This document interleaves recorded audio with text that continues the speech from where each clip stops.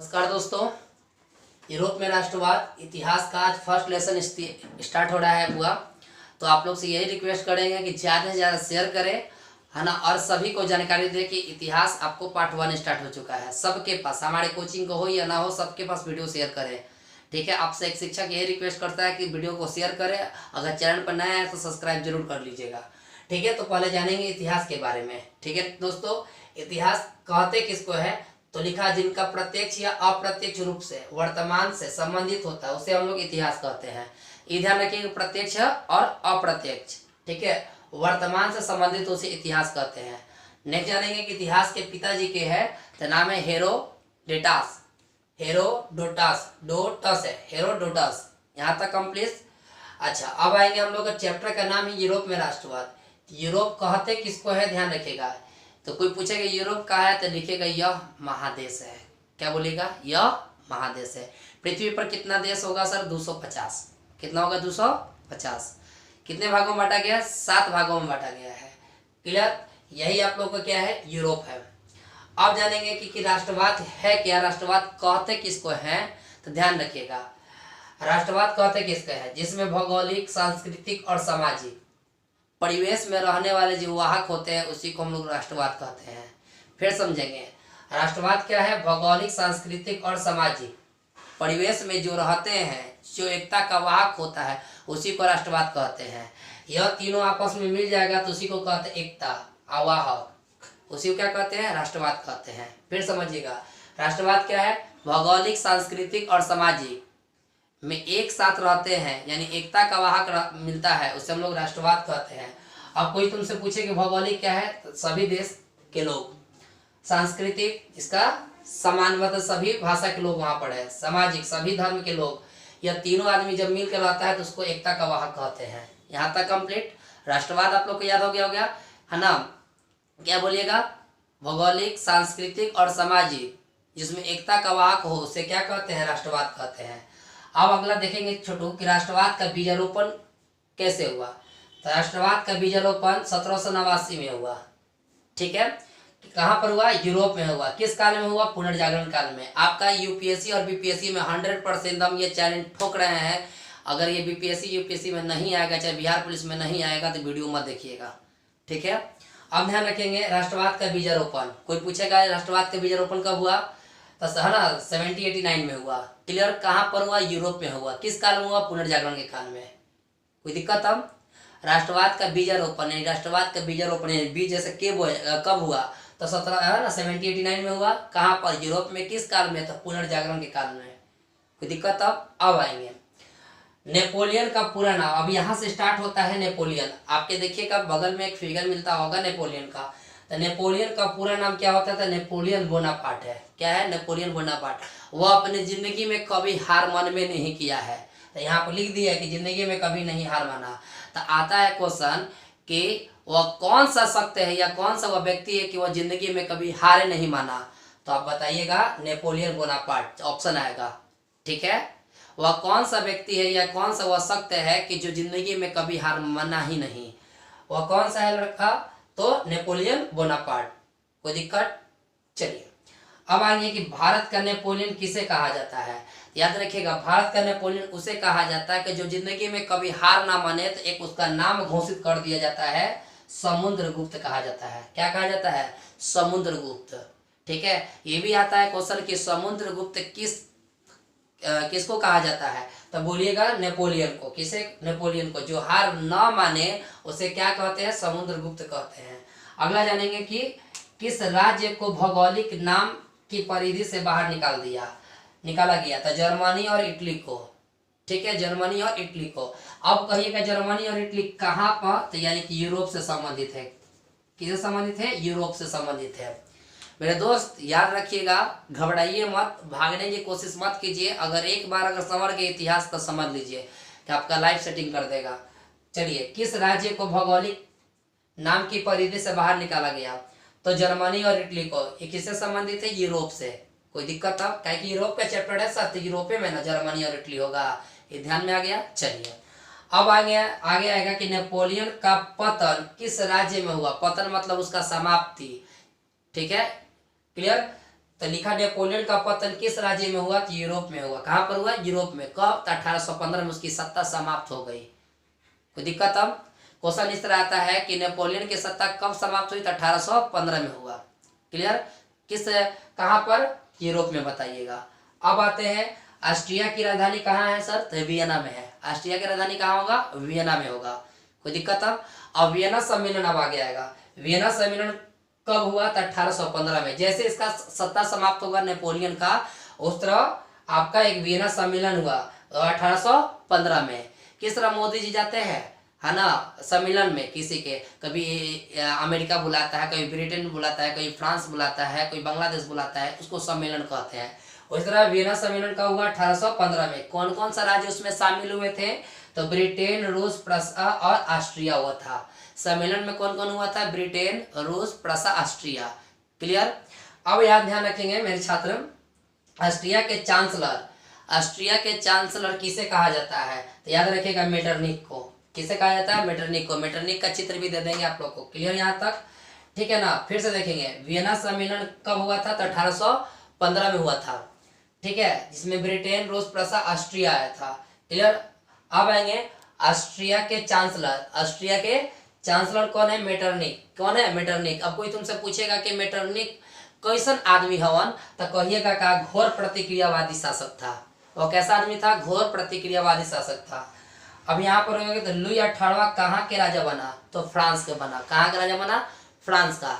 एक बार हम लोग फिर से रिवीजन कर लेंगे छोटू, ठीक है ना? और उसमें बस बुर्बो राजवंश का सम्राट कौन था? फर्डिनेंड, है ना? क्या कि लुई 18वां का बहुत ज्यादा सपोर्ट, यानी बहुत सारा राज्य एक साथ मिल रहा था ना, तो एक को अपने दोस्त को बना लिया बुर्बो राजवंश का सम्राट, है ना? फर्डिनेंड को कहा जाता है, नेड को। एक बार फिर से आएंगे हम लोग, शुरू से आएंगे फिर से, है ना, इतिहास के बारे में। ठीक है, तो इतिहास कहते किसको? याद रखिएगा, प्रत्यक्ष और अप्रत्यक्ष, इसमें वर्तमान से संबंधित हो उसे इतिहास कहते हैं। अब आएंगे इतिहास के पिता कौन है? तो बताइएगा सर, है ना? हेरो। क्या बताइएगा? हेरो। ठीक है, डोटस, इसको कहते हैं डॉटर, उसी तरह डोटस। अब आएंगे हम लोग यूरोप। तो यूरोप क्या है? महादेश है। पृथ्वी पर 250 गो देश है, इनमें से 7 गो भाग में बांटा गया है। अब आएंगे राष्ट्रवाद में। तो राष्ट्रवाद में 3 बात ध्यान रखिएगा भैया मेरे, भौगोलिक, सांस्कृतिक और सामाजिक परिवेश में रहने वाले, जिसमें एकता का वाहक बने, उसे हम लोग क्या कहते हैं? राष्ट्रवाद कहते हैं। यहाँ तक कंप्लीट हो गया।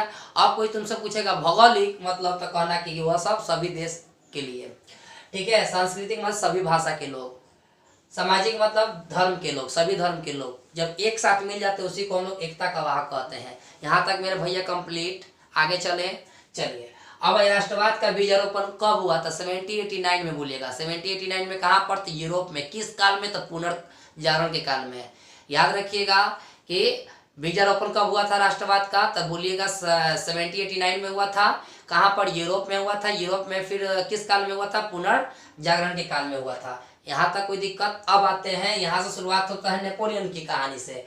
तो नेपोलियन का पूरा नाम क्या था? तो नेपोलियन बोनापार्ट था। क्या नाम था? Napoleon Bonaparte. क्लियर? अब हमको कोई कहते शशि, तो हो गया, मेरा नाम पूरा शशि कुमार हुआ। उसी तरह नेपोलियन का पूरा नाम क्या हुआ? नेपोलियन बोनापार्ट हुआ। यहाँ तक कोई दिक्कत? अच्छा, ये जिंदगी, कोई पूछेगा नेपोलियन बोनापार्ट क्या था, तो कहिएगा ये जिंदगी में कभी हार मन में नहीं किया था। ठीक है, अब आगे आएंगे। भारत का नेपोलियन किसे कहा जाता है? तो समुद्रगुप्त को कहा जाता है। क्वेश्चन आया था सर बीपीएससी में, समुद्रगुप्त किस व्यक्ति को कहा जाता है? तो नेपोलियन को कहा जाता है। क्यों कहा जाता है? तो बोलिएगा ये जिंदगी में कभी हार मन में नहीं किया है।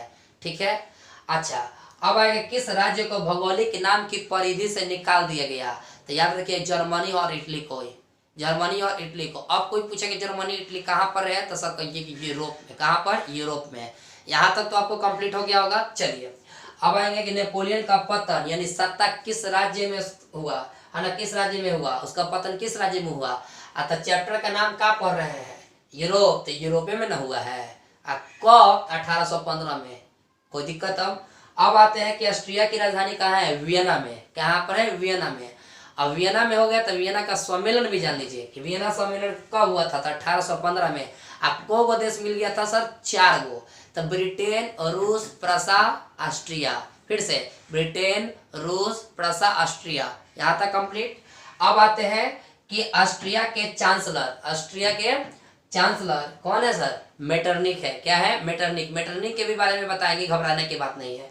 मेटरनिक, कोई पूछेगा मेटरनिक कैसा आदमी था, तो कहिएगा कि घोर प्रतिक्रियावादी था। कैसा था? घोर प्रतिक्रियावादी। अब आएंगे कि लुई 18वां कहाँ के राजा था, तो बोलिएगा फ्रांस का। अच्छा, फिर लुई 18वां का दोस्त का नाम क्या है? बुर्बो राजवंश। बुर्बो राजवंश के सम्राट कौन था, तो फर्डिनेंड। क्या था? फर्डिनेंड। आप इसका स्क्रीनशॉट ले लीजिए जल्दी से ना। देखिए दोस्तों, नेक्स्ट टॉपिक है जुलाई 1830 की क्रांति।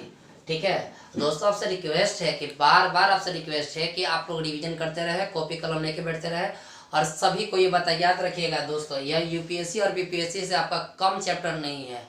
एक बार बार आपसे बता रहे दोस्तों। ठीक है, जुलाई 1830 की क्रांति। अगर जिस भाई बहन को याद रखिएगा जो कंपटीशन की तैयारी करते होंगे, उनसे यह दिखा दीजिएगा ना, तो पहले आपसे कॉपी छीन लेगा।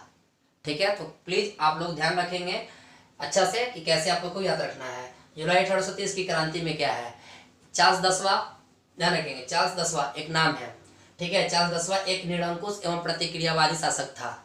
क्लियर? क्वेश्चन आता है बीपीएससी में कि चार्ल्स 10वां कैसा आदमी था, तब बताइएगा क्या? निरंकुश एवं प्रतिक्रियावादी शासक था। क्लियर? अंकुश के नाम से याद रखिएगा। चार्ल्स 10वां एक निरंकुश एवं प्रतिक्रियावादी शासक था। फ्रांस में उभर रही राष्ट्रीयता तथा जनतंत्रवादी भावनाओं को दबाने का कार्य किया। किसने काम किया? ठीक है, चार्ल्स 10वां फ्रांस में उभर रही राष्ट्रीयता तथा जनतंत्रवादी भावनाओं को दबाने का कार्य किया।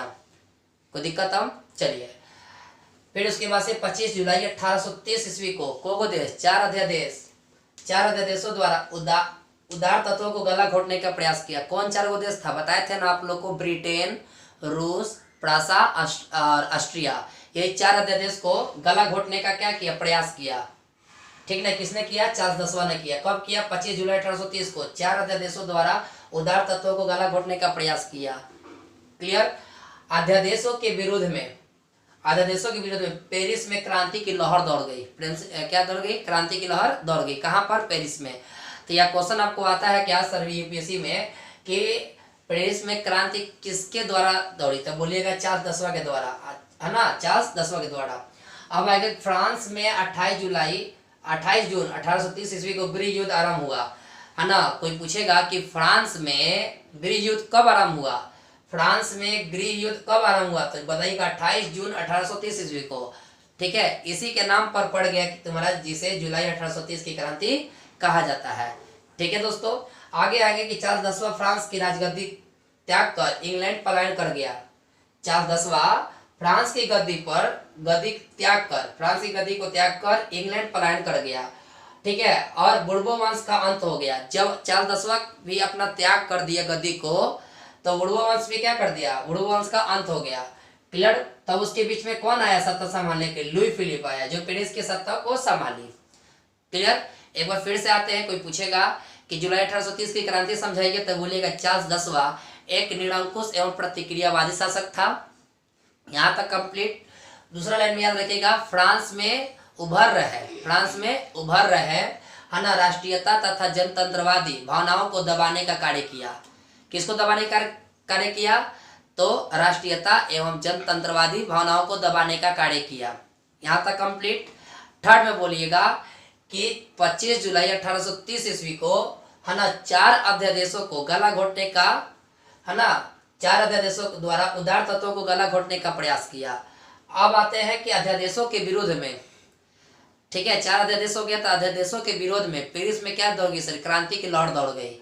यहाँ तक कंप्लीट। क्रांति की जब लहर दौड़ गई, तब फ्रांस में 28 जून 1830 ईस्वी, फ्रांस में 28 जून 1830 ईस्वी में, है ना, को गृह युद्ध आरंभ हुआ, यानी उसके घर में युद्ध हुआ। ठीक है ना? उसी के नाम पर जुलाई 1830 कहा गया है। ठीक है दोस्तों, एक बार फिर से चलेंगे। नंबर 1 पॉइंट में क्या बोलिएगा कि चार्ल्स 10वां एक निरंकुश एवं प्रतिक्रियावादी शासक था। ठीक है। 2 नंबर पॉइंट में बोलिएगा फ्रांस में उभर रहे राष्ट्रीयता तथा जनतंत्रवादी भावनाओं को दबाने का कार्य किया। थर्ड में बोलिएगा सर कि 25 जून 1830 को 25 जुलाई 1830 ईस्वी को, है ना, चार अध्यादेशों को गला घोटने का प्रयास किया। देखिए यहाँ पर लिखा है, चार अध्यादेशों द्वारा उभर रहे तत्वों को गला घोटने का कार्य किया। थर्ड में बोलिएगा कि फ्रांस में 28 जून 1830 ईस्वी में गृह युद्ध हुआ। ठीक है, कहाँ पर युद्ध हुआ? फ्रांस में हुआ 28 जून 1830 ईस्वी को आरंभ हुआ, जिसे जुलाई 1830 की क्रांति कहा जाता है। यहाँ तक होने के बाद सर आप 2 लाइन और बोल दीजिएगा कि चार्ल्स 10वां फ्रांस की गद्दी को त्याग दिया। फ्रांस गद्दी को क्या किया? त्याग दिया। अच्छा, जब त्यागने के बाद क्या किया? कहाँ चल गया? चार्ल्स 10वां कहाँ चल गया? इंग्लैंड भाग गए। जब इंग्लैंड भाग गया तो कहाँ हो गया? बुढ़वा वंश का भी अंत हो गया। आज जब इस सब काम खत्म हो गया, जब चार्ल्स 10वां भी भाग गया, बुढ़वा वंश का अंत हो गया, तो कोई तो सत्ता संभालने के लिए होना ना जी पेरिस में। तो पेरिस का सत्ता किसने संभाली? तो लुई फिलिप। तब लुई फिलिप के लिए सर नेक्स्ट वीडियो अब आएगा तो उसका इंतजार कीजिएगा। तो आपसे रिक्वेस्ट है कि बार बार इसको रिवीजन कीजिएगा और आप लोग इसका स्क्रीनशॉट ले लीजिएगा और ज़्यादा से शेयर कीजिएगा। बस आपसे यही रिक्वेस्ट है। ठीक है दोस्तों, तब तक के लिए आप स्क्रीनशॉट इसको ले लीजिए।